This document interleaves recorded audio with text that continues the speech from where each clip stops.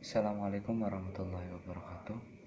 Yang saya hormati Bapak Dosen Muhammad Ghufron MSI selaku pengampu mata kuliah Tafsir Tarbawi.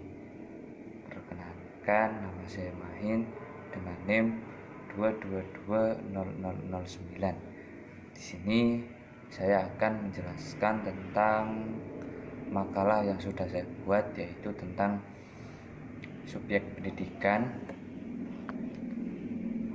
Allah sebagai pendidik yang hakiki, dan karakter pendidik.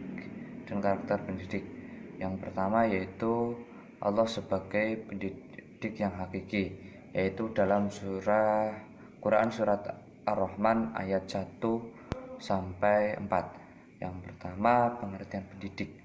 Secara etimologi, dalam konteks pendidikan Islam, pendidik disebut dengan murabbi atau mu'alim atau mu'adib.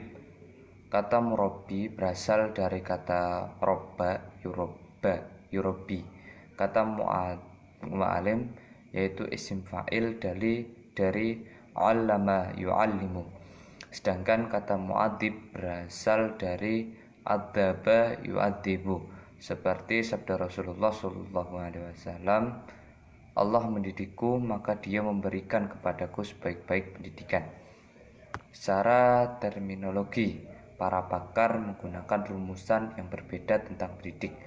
Yang pertama yaitu Zakiyah Darajat berpendapat bahwasanya pendidik adalah individu yang akan memenuhi kebutuhan pengetahuan sikap dan tingkah laku para peserta didik.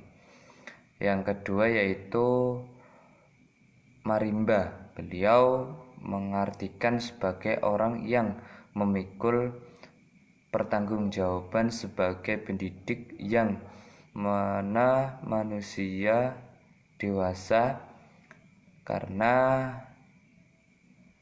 hak dan kewajiban bertanggung jawab tentang pendidik peserta didik. Yang ketiga yaitu Ahmad Tasir mengatakan bahwa pendidik dalam Islam sama dengan teori dari Barat, yaitu siapa saja yang bertanggung jawab terhadap perkembangan peserta didik.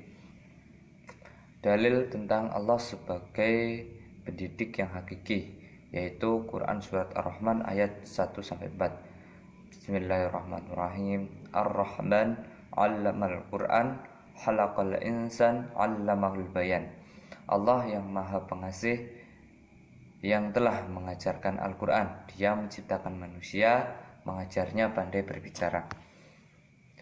Kandungan ayat tersebut yaitu ditegaskan bahwa yang menjadi subjek pendidikan adalah seorang manusia yang merupakan makhluk ciptaan Allah yang paling sempurna, karena diberikan olehnya sesuatu yang tidak ia berikan kepada makhluk ciptaan yang lain, yakni akal yang mengangkat derajat manusia, sehingga manusialah yang berhak menjadi subjek pendidikan, baik bagi sesama ataupun bagi makhluk ciptaan Allah yang lainnya.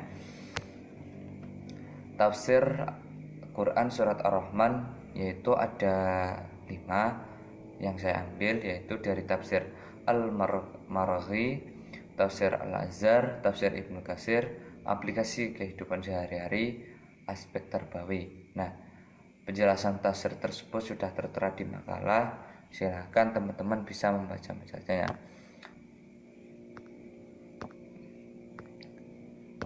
Terusan yang kedua yaitu karakter pendidik. Karakter pendidik ada karakter keimanan atau imaniyah. Yang kedua yaitu karakter fisik atau karakteristik fisik atau jasmaniyah. Yang ketiga ada karakteristik akal dan spiritual atau akliyah wal an-nafsiyah. Yang keempat itu ada karakteristik profesional yaitu al-mihnah, dan yang terakhir itu karakteristik moral, akhlak atau khuluqiyah. Dalil tentang karakter pendidik yaitu Quran surat Al-Fatihah ayat 1 sampai 4. Bismillahirrahmanirrahim. Alhamdulillahirabbil alamin. Arrahmanirrahim. Maliki yaumiddin. Yang artinya dengan menyebut nama Allah Subhanahu wa taala yang Maha Pengasih lagi Maha Penyayang. Segala puji bagi Allah, Tuhan semesta alam, yang Maha Pengasih lagi Maha Penyayang, pemilik hari pembalasan.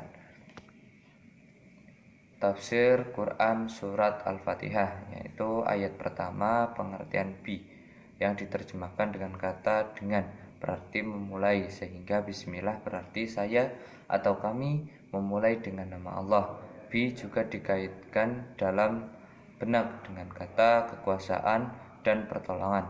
Pengucapan basmalah seakan-akan berkata dengan kekuasaan Allah dan pertolongannya. Pekerjaan yang sedang saya lakukan ini dapat terlaksana. Kata ism diambil dari kata as-sumu yang berarti tinggi, atau asimah yang berarti tanda. Nama disebut ism karena ia seharusnya dijunjung tinggi atau karena ia menjadi tanda bagi sesuatu.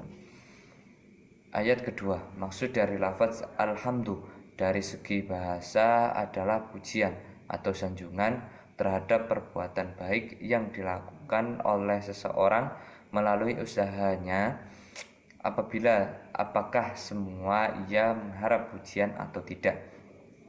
Kata ini selanjutnya menjadi pangkal kalimat pernyataan syukur, sebagaimana Allah tidak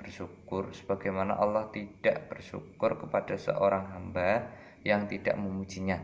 Kata Rob dapat berarti pemilik yang mendidik, yaitu orang yang mempengaruhi orang yang didikannya dan memikirkan keadaannya. Lanjut tafsir yang ketiga, yaitu makna Ar-Rahman adalah yang memberikan kenikmatan yang baik kepada hamba-hambanya tanpa mengenal batas dan akhir. Lafaz ini hanya untuk Allah dan tidak dapat diletakkan pada yang lainnya. Sedangkan Ar-Rahim adalah zat yang padanya terdapat sifat rahmah, kasih sayang, yang daripadanya dapat timbul perbuatan yang baik.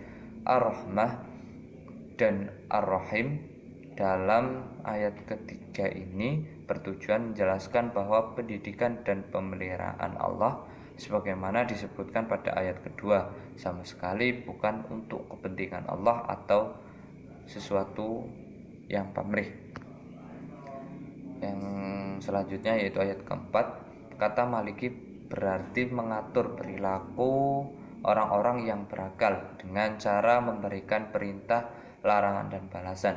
Hal ini sejalan dengan ungkapan Malik An-Nas yang menguasai manusia, sedangkan lafaz al-tin dari segi bahasa digunakan untuk pengertian al-hisab, yakni perhitungan, dan berarti pula memberikan kecukupan pembalasan yang setara dengan perbuatan yang dilakukan manusia semasa hidup di dunia.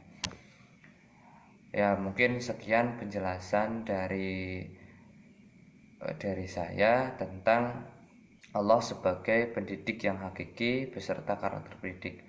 Kurang lebihnya mohon maaf. Wallahul muwaffiq ila aqwamit thoriq. Wassalamualaikum warahmatullahi wabarakatuh.